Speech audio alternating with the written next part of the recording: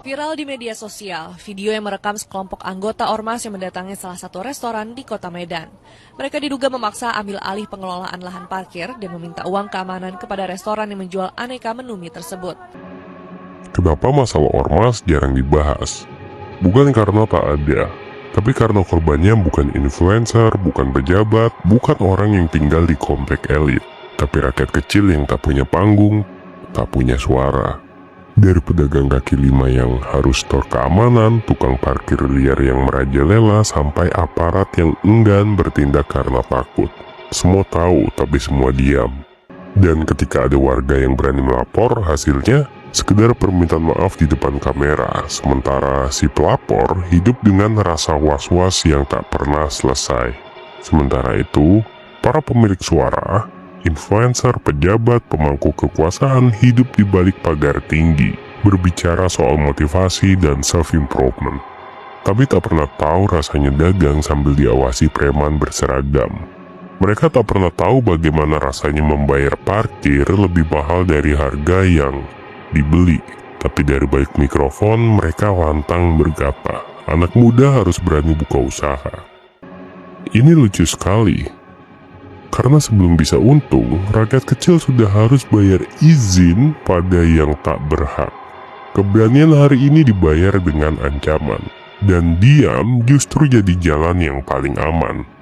Hari ini, rakyat kecil bukan cuma berjuang untuk untung, tapi juga untuk bertahan dari pungli yang berseragam. Di depan warung kecil, tempat orang cari makan murah, parkir motor pun tak lagi gratis, karena sudah jadi wilayah ormas. Mereka bilang ini demi ketertiban, tapi semua tahu ini bukan penjagaan, ini pemalakan. Dan semua ini terjadi karena negara membiarkannya. Di negara ini, hukum bukan lagi pelindung rakyat, tapi tameng bagi ketakutan. Ketika ormas mengancam, justru rakyat yang harus bersembunyi, melapor. Risiko intimidasi, diserang, bahkan diasingkan. Dan yang diberikan negara hanyalah formalitas. Satu permintaan maaf, satu foto damai.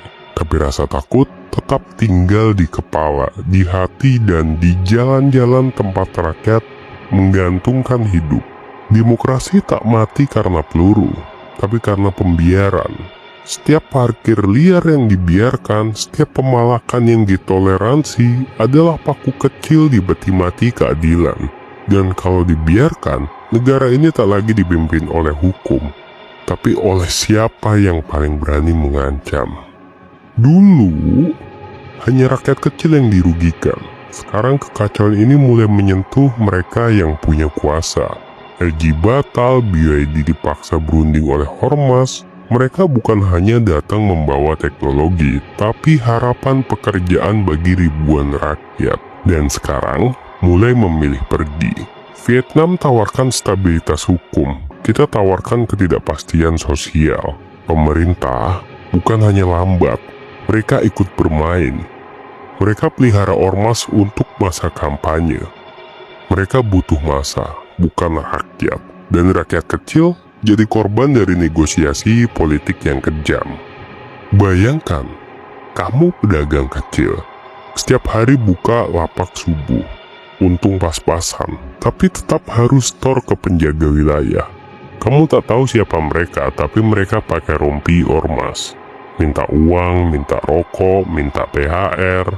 Dan kalau kamu menolak, lapakmu bisa hilang besok pagi. Kamu ingin lapor? Bisa. Tapi kamu juga harus siap tidur dengan rasa takut.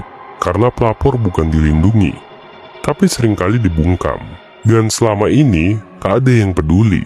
Tapi saat perusahaan triliunan mulai terganggu, saat investor mulai membatalkan rencana, barulah negara mulai gelisah. Bukan karena rakyat menderita, tapi karena uang besar mulai merasa tak aman. Jangan heran kalau suatu hari rakyat membentuk ormas mereka sendiri, bukan untuk menguasai, tapi untuk bertahan hidup. Karena ketika negara membiarkan ruang publik dikuasai oleh ancaman, rakyat hanya punya dua pilihan: tunduk dalam diam atau melawan meski sendirian.